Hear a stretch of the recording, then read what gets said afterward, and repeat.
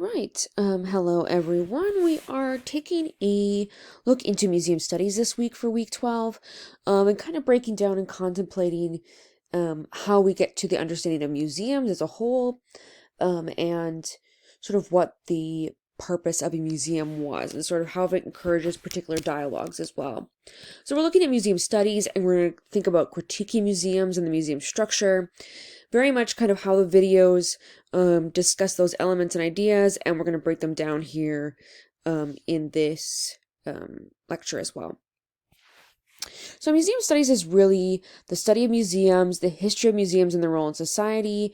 The activities can include curating, preservation, public programming, documenting, and education, as well as sort of trying to understand a museum at large and kind of try to get your community to engage with it in some capacity. Some early examples of museums. Museums have kind of existed for a long time, depending on, we call them sort of different things. Like the Library of Alexandria in Egypt that was destroyed is very much kind of a part of that in this sort of idea of collecting, all the way up to churches and thinking about churches as institutions that collect objects such as relics and reliquaries, which are objects that hold sort of religious objects or pieces of saints' bodies that usually hold some sort of miracle significance. It can kind of produces miracles in some way to help heal people, etc. This continues on into the Renaissance with Francesco De Medici in his studiolo in Palazzo Vecchio from the early Renaissance. And he very much was interested in collecting objects, and all of these little paintings down here at the bottom are all little cupboards, which have the paintings by Giorgio Vasari on the front of them. And each one held the object. And so each kind of painting is emblematic of the object that it holds.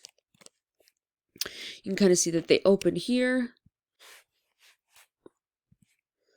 And you can see that here as well with this like tour guide standing in the front here, where this cupboard would open up and the objects. And so these famous paintings kind of became emblems of what was in the cupboard itself. And I think I have a list of the objects all on Canvas if you're interested, but it was a long time before we sort of knew what was inventoried in all of them, but it's kind of come back, and the inventory has been discovered. So this continues into the Cabinet of Curiosities, or Wunderkammer, which is a collection of objects. It's a room rather than a piece of furniture. So a cabinet of curiosities usually means a room, not necessarily like a cabinet, as we understand it. Objects were often from natural history, geology, ethnography, archaeology, religious or historic relics, works of art, etc. And these are really considered the core precursors to the modern museum.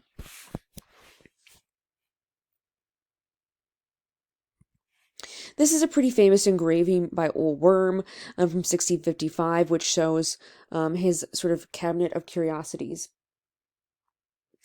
He was a 17th century Danish physician, linguist, and natural philosopher. This was in his home, and it was a source of study and observation. You have to think that people would have objects like this so that you could go in, you could study it, and go back and write about it or think about it, sort of your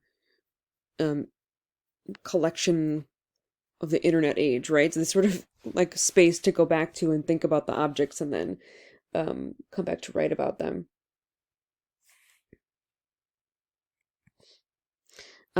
Rosamund Purcell kind of remade it in sort of reality for an art project, which is really interesting and kind of fun as well.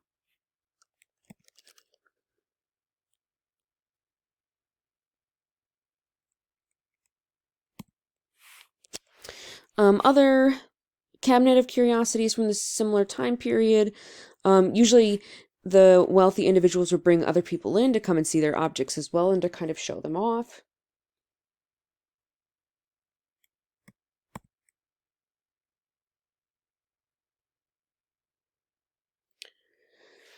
This is a collage, I think, by Domenico Remps that kind of shows the importance of cabinets of curiosities in Europe in the 17th century, and showing them again as sort of status symbols, which is really important as well. And you'll see that a lot of these cabinet of curiosities had objects that weren't sort of real, in that they had examples of unicorn horns in many of them. They were actually, in fact, narwhal horns that were being sort of paraded as unicorn horns. So you can think about this as well, sort of symbolically having these objects that are kind of tweaked to fit particular narratives. Here's another one that shows an example of cabinet of curiosities with sort of the paintings hanging. It's kind of like a studiolo again, and you'll see that there's not a separation between subject matters. It's more about specific interests and curating them to your desires with this sort of combination of natural and artistic objects, which is kind of fun and playful in a lot of ways. Maybe it doesn't tell you a whole lot of information, but it shows someone's sort of personal taste. Here's another one, another drawing.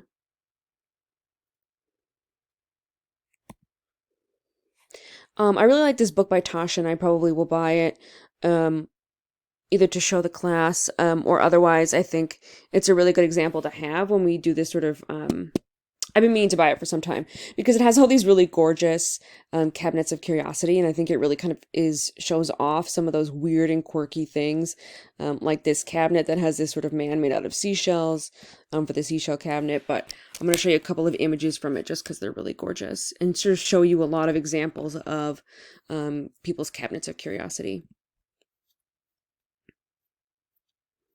And these would have been in their homes, right? So you can see that some of these are sort of very wealthy spaces.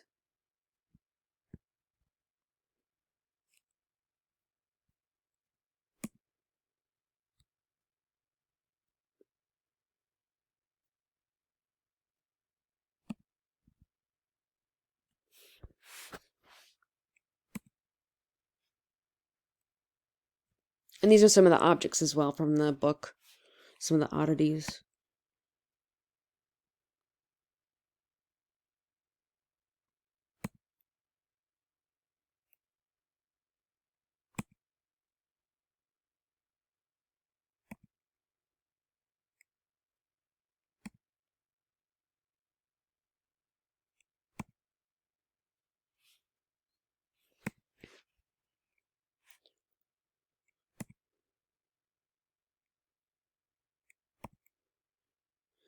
I also wanted to include contemporary examples of cabinets of curiosity because there are contemporary artists kind of working with this idea and construct today.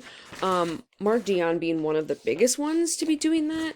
And I think it's really interesting because he's kind of contemplating the history of a museum and its presentation of knowledge, as well as the traditional methods of display, in calling into question the hierarchies of aesthetics. And conventional historic proof and reason. I like this photo of him. It's sort of very quirky and weird. But he does a lot of drawings of cabinets of curiosity and then kind of makes them in museum spaces as well, in kind of appropriating archaeological and other scientific methods of collecting, ordering, and exhibiting objects. Dion creates works that question the distinctions between objective and scientific methods and subjective influences.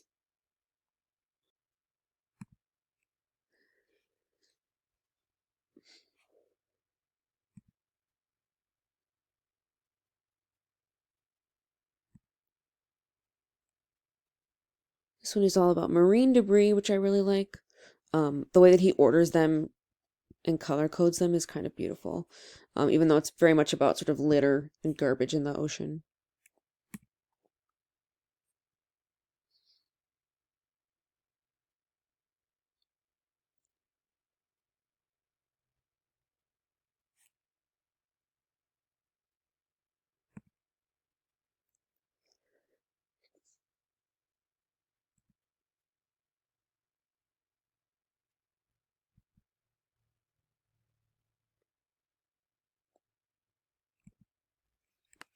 However, I do find it interesting that Mark Dion says he's sort of questioning the rationale of the museum space.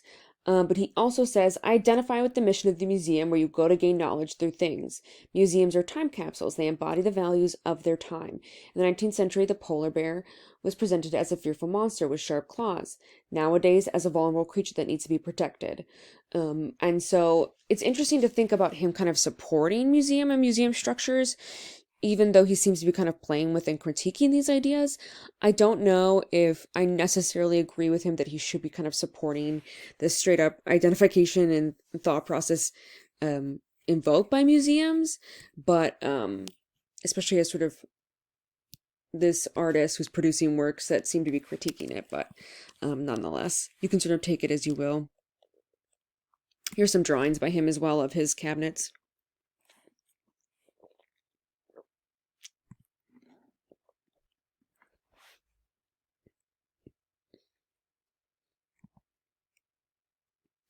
Other companies obviously produce cabinets as well. This one was done by a cosmetic company to sort of play with the ideas surrounding where they got their influences from, as well as some digital cabinets, which I kind of like. They're kind of interesting. Next, I wanted us to look at dollhouses as kind of this interesting example of cabinets of curiosity, in that we have people sort of making them as emblematic of the time and sort of what objects exist, and sort of making these miniature versions. So we're gonna look at a couple of them. The first three or so are all created by women with the first name Petronella, which is really strange and random. But it'll be interesting to kind of look at these houses that these women produced at the time as these sort of famous objects. So Petronella Ortman is the first one. This is her dollhouse. I'm just going to show you kind of rooms and examples, and you'll start to see sort of the objects that they created and copied into their spaces, such as the famous pottery and paintings that were replicated.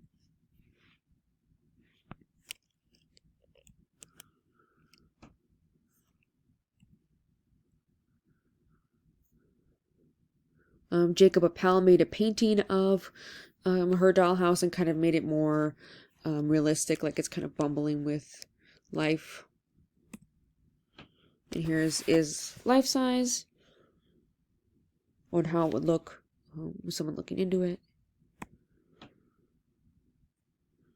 There was a series of shells that were utilized here too for the dollhouse.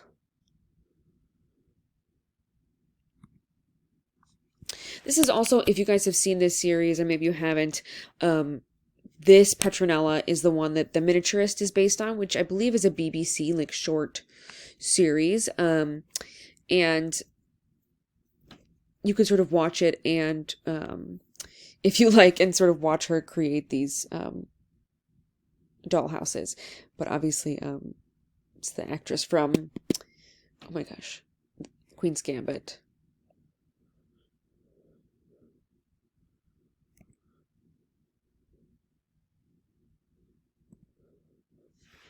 The next series of houses, this one is by Petronella Ortman's Delacourt, with no relation actually to the previous Petronella, which is kind of interesting. But this one has little figures sort of interacting with one another, and tiny little paintings.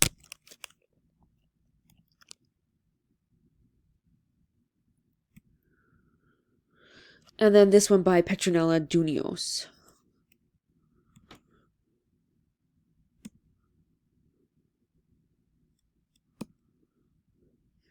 They went to so much sort of great care in creating these dollhouses that they copied sort of great works of art. So, for example, this painting here is a tiny version. This is the painting that it would have looked like. And then this sort of original as well. So, this is a miniature reproduction of Raphael's Madonna della Sigioria, which would have been a very famous High Renaissance painting, and they sort of copied it for this dollhouse. And there it is in its museum space. Others include Sarah Roth's dollhouse. She has a couple of different ones, as well as Nostell Priory. One of the most famous dollhouses is Queen Mary's dollhouse, and I wanted to show it here quick because it's kind of insanely gorgeous. And so Queen Mary, to give you a brief English monarchy lesson, Queen Mary was married to King George V. They had two sons that ascended the throne. King Edward VIII, he wasn't king for very long because he wanted to marry a commoner, so he abdicated. And then King George VI, who took over after him. King George VI married Queen Elizabeth, here on the right, and they gave birth to Princess Margaret, as well as the current Queen Elizabeth II, who's the current monarch of England. So would have been her grandmother that owned this dollhouse, but it's now owned by the state, and is kind of displayed as a museum object. But it is this insanely massive dollhouse that was created for her. Took about 3 years, and this entire studio kind of made this insanely large and gorgeous dollhouse. So here's it kind of opened. It opens up here, and then you can sort of see the interior of the house with the cars and the garden as well.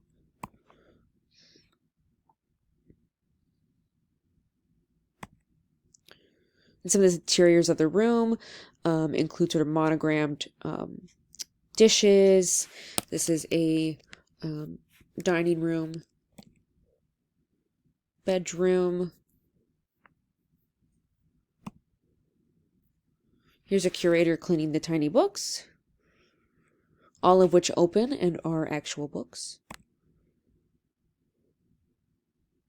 Some more tiny objects, even like this watercolor paint set that looks like it's been used.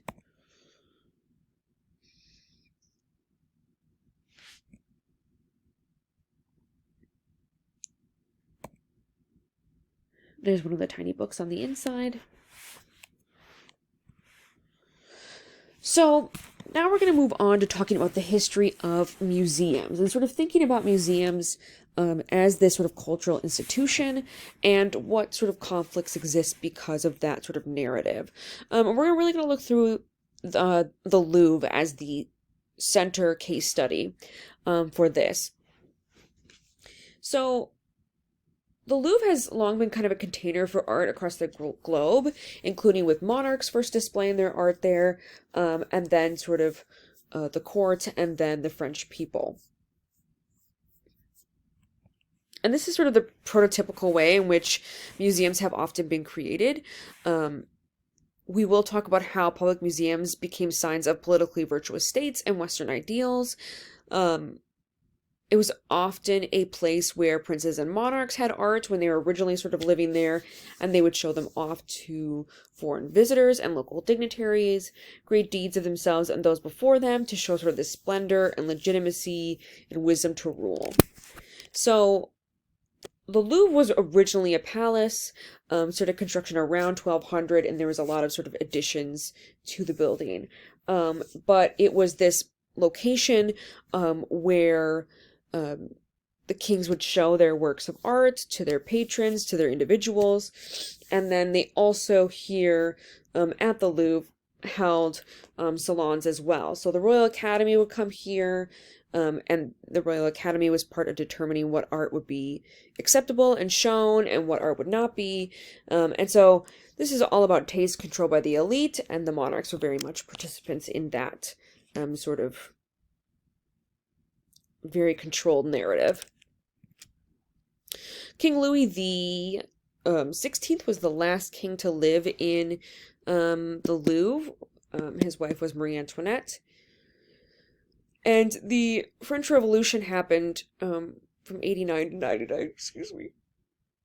I'm yawning. And it very shortly after this first French Revolution, they nationalized the king's art collection as public institution free of charge. And so any citizen with time and interest could visit, and the message was powerful. The monarchy is dead, the fortress is breached, and its material possessions are the property of the people. So people would come in, kind of educate themselves, and it became sort of this symbol of the bourgeois state and the democratic revolution. So you can see sort of people coming to study here at the Louvre. These are two paintings I have from the 1700s. Even though some people couldn't read even at this time, it was supposed to give some sense of education to some people who didn't have access to these objects before that.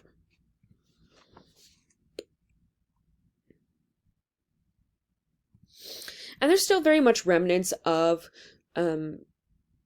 this history of kings and monarchs sort of owning these places and structures, such as in the gallery you have a quote that commemorates the anniversary of the fall of tyranny in the Apollo Gallery. So you'll see even kind of this conversation about the founding of the Louvre and the overthrow of monarchy. You'll have like faces like Louis the 14th appear here, and that's him here in a painting with his ballerina legs, which he was very proud of apparently. So you can still see remnants of the monarchy located in these gallery spaces, but it was really about kind of changing the language and rephrasing these galleries to be for sort of everyday people. So even like these spaces now, now the public is kind of showing their art and objects there. So, for example, showing the crown jewels in these spaces, to kind of show this removal of the monarchy from a place of power.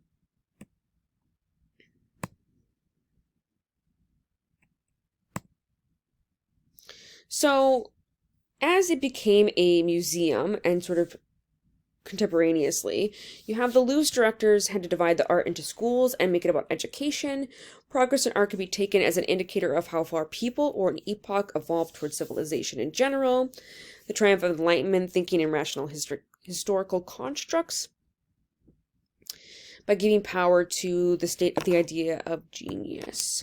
So, while dividing them up into schools, it very much encouraged this history of Western civilization, right? It's not going to encourage like non-European history necessarily. They did eventually start to collect non-European objects, but this museum is very much about encouraging this continuation and narrative from Egypt to Greece to Rome to Renaissance to France, right? With France being sort of the pinnacle of art.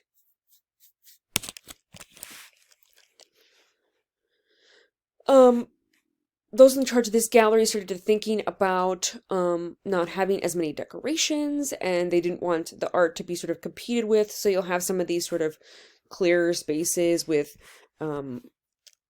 just like red paint on the walls, and a lot of the decoration kind of subdued to some extent. So the Louvre was very much a part of creating a new type of visitor with a new ritual role. Before public museums, a visitor was seen as part of the elite and having taste. But citizens are trying to kind of adapt to the culture around them. And they became sort of the victories of war. So, thus ordered, the treasures, trophies, and icons of the past became objects of art history, embodiments of a new form of cultural historical wealth, and turns luxury items into prides of the state. And by 1825, many other museum spaces were also kind of working to get their own national galleries, many of them starting out as either collections by wealthy individuals or by the monarchy as well. And this just gives you an idea of how the Louvre thinks about themselves as this kind of universal museum.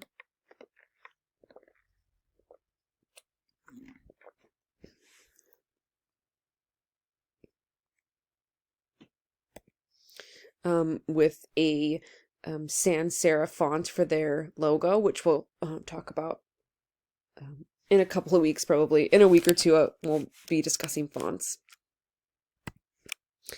You also have the Louvre being originally this palace structure, but then the addition of the pyramid by I.M. Pei in 1989. And so originally there was no pyramid structure in the center, and it was very hard to kind of enter into the museum. There was a lot of sort of issues with how many guests were coming to visit. And so I.M. Pei was commissioned to do this change in the museum space to this pyramid, which would allow more visitors in easily, and would also be kind of bringing this other great wonder of the world into this museum space. And here he is in front of it. There were some controversies. People didn't like that the image kind of went against the French Renaissance style of the building itself, kind of taking away from the beauty of that building. Felt like it was kind of this Egyptian death symbol. He wasn't a French architect, but it ended up being very popular, and people very much praise it as this kind of highlight, because it very much does add, not only helps to bring people into the museum space easier, but also is has this very sort of gorgeous contrast. This shows you how tall it is in comparison to other buildings, just for funsies. But it does add a lot of sort of I don't know. I think it's gorgeous, and is an interesting contrast to the building itself. And there's also an inverted pyramid as well that goes into the space.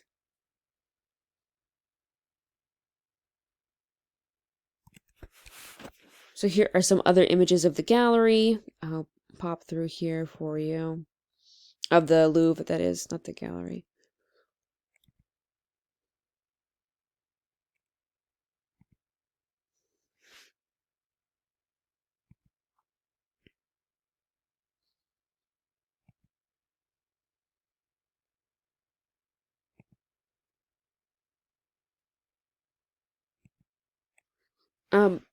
I also included this, which is a music video and song by Beyonce and Jay-Z, because they do an entire music video in the Louvre, and they are very much questioning the sort of Western narratives and the inclusion of Egyptian art in that as well.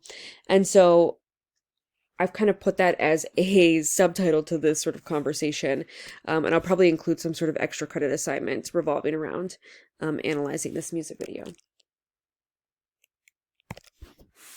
So what are some of the famous works that the Louvre has? You're probably familiar with a variety of them. By Da Vinci, Michelangelo, Delacroix, Vermeer, Velázquez. Leonardo da Vinci's Mona Lisa being one of the most famous, and really what a lot of people come to see. It's very interesting for people to kind of see where it's located for the first time, because it is very hard to see this painting. It is quite small. It's behind glass. You can't really get close to it, and if you don't get there right away in the morning, you don't really get to see her.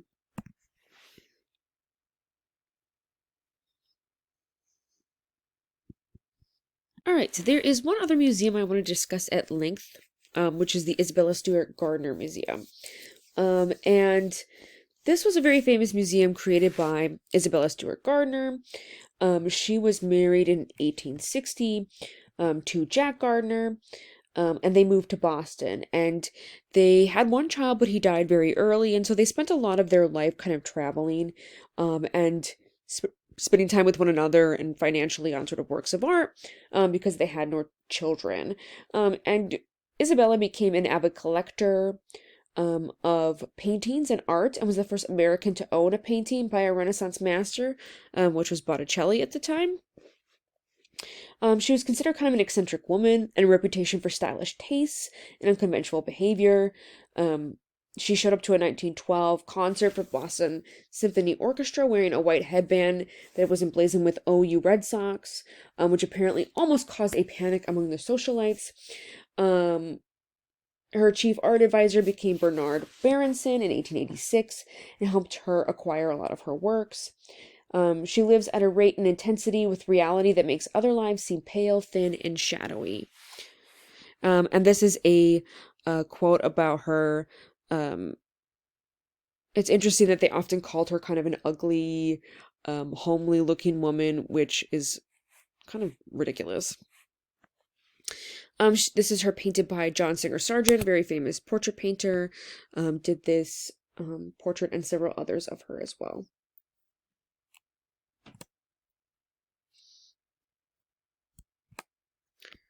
And some other paintings I have here, one of her in Venice. And then one in 1898. So she wanted to build a museum, and after her husband dies in 1898, she decides to sort of continue her dream to create a museum space. And she wanted to model after the Palazzo Barbaro in Venice, which is here on the right, and then some sketches here on the left. And she therefore worked to create the interior of her museum based upon this structure. So you can see that here.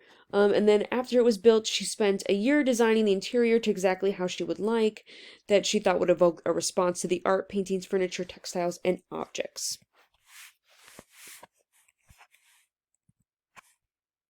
And here's it today. It has a contemporary edition for study as well. You can see that here. This is that structure. It's attached to the museum here.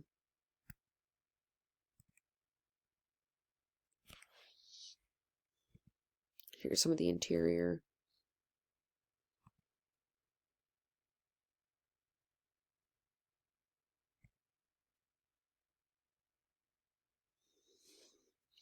So when she donated her house, this museum and its objects, it was stipulated that they must keep it exactly how it appeared when she had passed.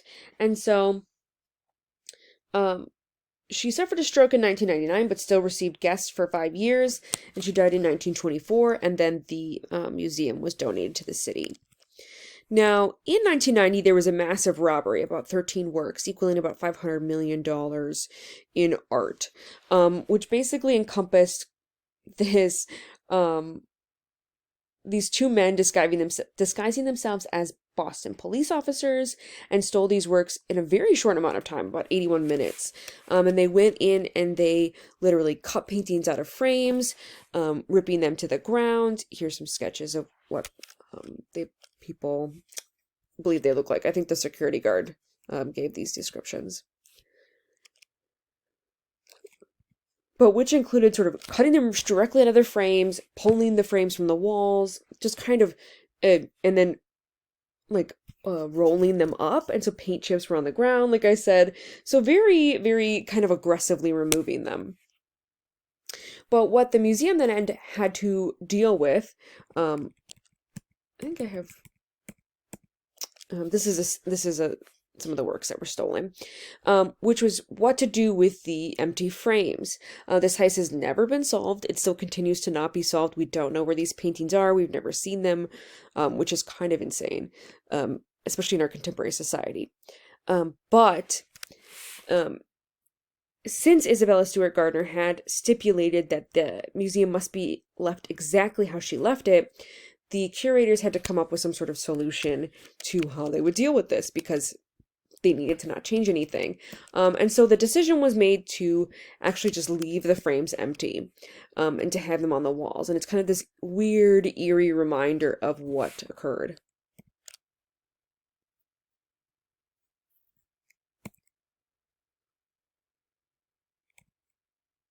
Again, some of the works.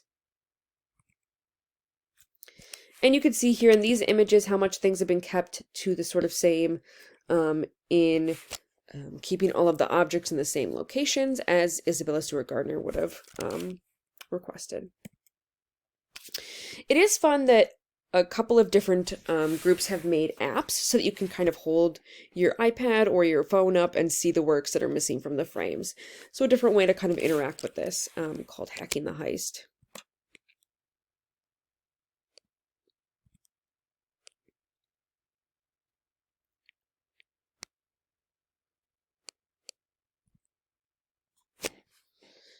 So finally, I want to look at the critique of museums and what's the importance of a museum or gallery? What do museums and galleries do? What are they for? Because it's important to think about kind of why museums exist and kind of critiquing their narrative. So there's definitely this idea of institutional critique, which is very important. And it's about critiquing museums and making sure not to take everything they say to be fact or not sort of perpetuating a particular narrative. Is art in museums always made for the benefit of the people and the art they want? How does a museum know what people want to see? What kind of narrative are they promoting? Is it a Western-centric point of view? It's hard to say that every museum, and this assumption is made often. And so you'll see Guerrilla Girls and other artists sort of critiquing this, including not including information about Chuck Close being a predator. So often museums kind of try to avoid these conversations that are very controversial. And what does that then mean? Should museums be providing this information to the viewer? So obviously the British Museum being a culprit in this as well, and the way that they collect and display things. And even their museum getting objects in particular ways, and I included this little excerpt here.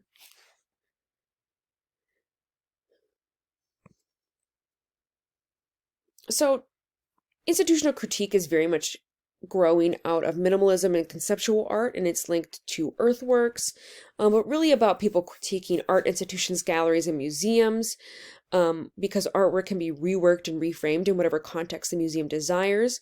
Everything can be exploited for profit. Institutional critique makes visible boundaries between inside and outside, private and public. Taste is institutionally created, associated with artists such as Michael Asher, Bud Thayers, Burren, Fraser. Hans Hock is one of the big figures in institutional critique, especially during the time, along with Andrea Fraser and other artists at the time. Like Bud Thayers, and this is one of his works called MoMA Poll, and it basically asked a question of the audience / sort of visitors to the museum, and it asked, would the fact that Governor Rockefeller has not denounced President Nixon's Indochina policy be a reason for you not to vote for him in November? And this very much had to do with Rockefeller being on the board of MoMA, and supporting the Vietnam War. So the Vietnam War obviously wasn't supported highly by the public. And so you see that people are being made aware of this sort of situation and then voting accordingly. And I think they've done it once since, and the yeses have always won.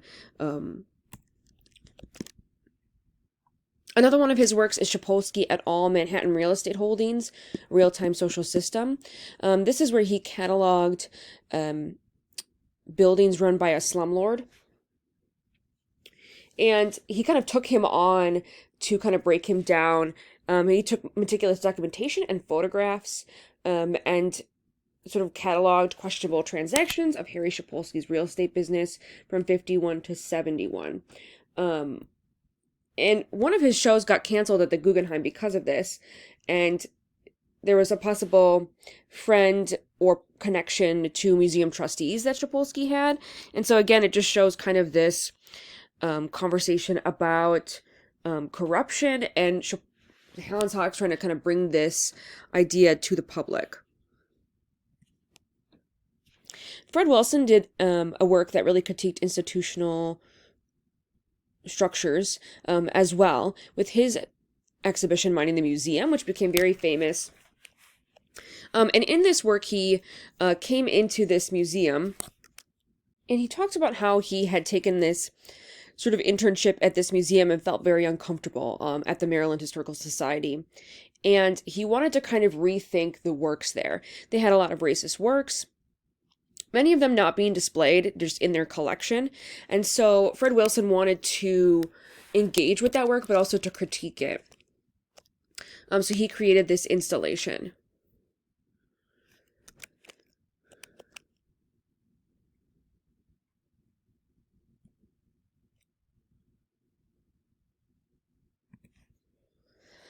I'm not going to talk about all the works from the exhibition, but this is one of the core ones in which he has a grouping of metalwork from 1793 to 1880, and is basically putting these two objects in sort of contradiction to one another. So these shining silver objects owned by someone wealthy versus the metal of slave shackles here on the counter.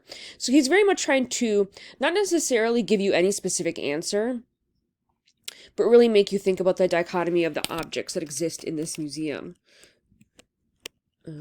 Here's some cigar Indians.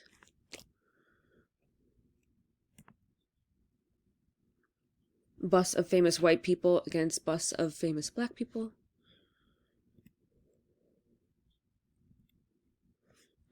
They had a whipping post in their collection, and he placed a bunch of historical chairs around it as kind of like an audience. He put this rifle in front of runaway slave posters.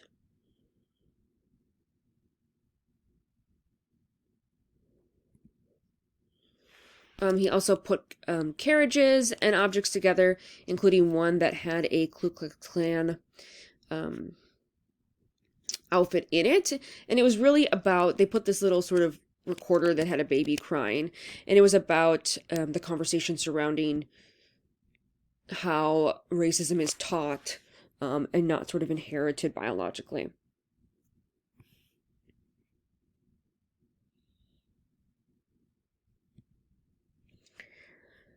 You see other protests more directly in that they're sort of bigger and have this sort of broader and more direct conversation. This one is the protest of the Sackler family at the Guggenheim Museum in New York, March 2019, so about a year before COVID or so. And this group of individuals came to protest the opioid crisis and the Sackler family's participation, as they have donated a lot of money to the arts and to gallery spaces. So this is part of the protest in which they dropped prescriptions and posters from the tops of the floors. And then also did a sort of die-in. And this is Nan Goldin. She's a very famous woman who protested the AIDS crisis as well. She made the Ballad of Sexual Dependency, which is a famous work from that period.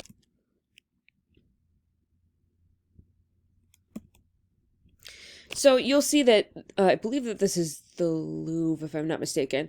Could be the Met, though. That the Sackler name is on a lot of these wings, and they're very much protesting this sort of participation of them in the arts and kind of the encouragement of their name on these sort of objects. Here's some more images. And it's very much part of this push by Purdue Pharma and the Sackler family to get people to be taking oxycodone and OxyContin, and that it sort of was, oh, it'll be good for any pain, it's not addictive, etc. And so that they sort of promoted the opioid crisis and got rich off of it while people were sort of dying and suffering. So you can see as part of this protest, they dropped fake prescriptions as well as prescription bottles.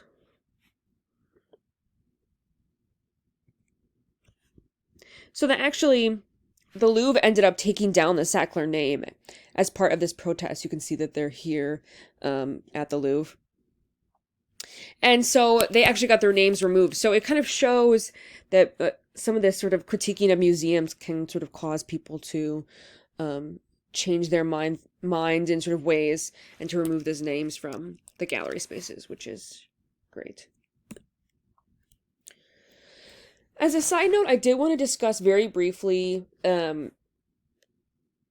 how there are also private collections of art that can become problematic. So not just museums, but also sort of private personal collections.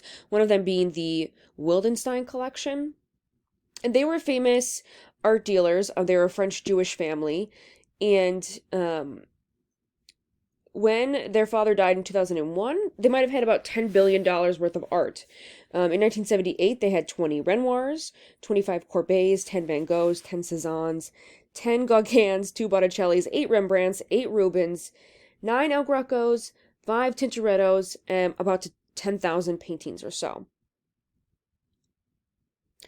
And there was a lot of controversy surrounding their ownership of the works, in that not only was it sort of not public knowledge, but also that they were potentially in cahoots with the Nazis during World War II, and were able to sort of to profit off of the selling and rebuying of works. So this was their gallery when it existed. You can see kind of unreal here.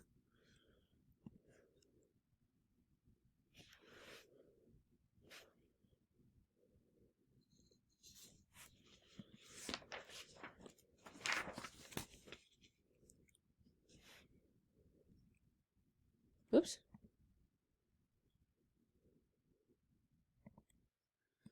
There's a lot of controversy surrounding them as well, as you can imagine. They are under investigation for tax fraud. I think that case was reopened in 2021 again because they got an appeal and now they're being tried again for it. So mostly about hiding money offshore from the French government. I think it's like $500 million or something. But they also have been in controversy because of Nazi works. People, Jewish families have stated that they lost these works through settling property estates. And so the Wildenstein family kind of manipulated the system to get these works kind of stolen. So many of them were reported missing. About 30 of them had been seized due to this sort of nefarious way in which they could have been collected.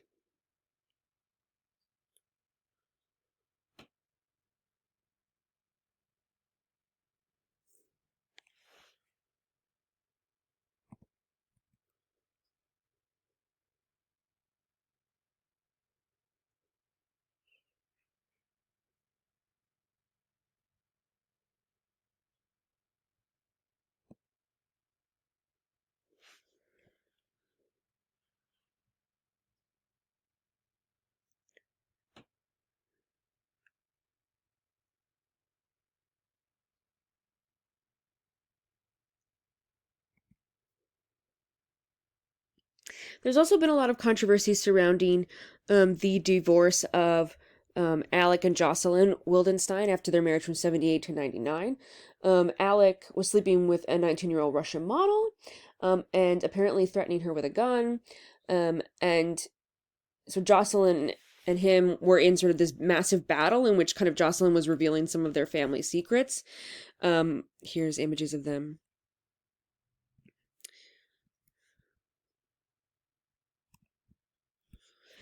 He has since passed in 2008, but she's sort of received extensive plastic surgery, which is kind of crazy. This is his new wife, I think. Double check. So this indeed was his second wife. I can't tell if they ever actually got divorced, but this is his younger second wife from Russia. Likely has some connection to the model that he was dating. But she also revealed secrets about the family and financial documents as well. Oh, there. Well, I even had it in my PowerPoint. Nailed it. But so this divorce got a lot of press, mostly because of her extensive plastic surgery. And so she became known as the Lion Queen or Catwoman. And she's known for her extravagant lifestyle. So in the divorce, she got $2.5 billion and then $100 million a year after that. And then in 2018, she filed for bankruptcy because Alec had died and she was no longer receiving all of this money, which is kind of insane to think about. Going through that much money. She had a $60,000 a year phone bill, and she had white wine that was $500,000 a year. So it became this sort of large controversy and conversation about what she would kind of reveal about the family and the divorce, and kind of using that as a manipulation as well. And when I was looking her up just a second ago, apparently in 2017, her and her boyfriend were arrested, which is very random, but...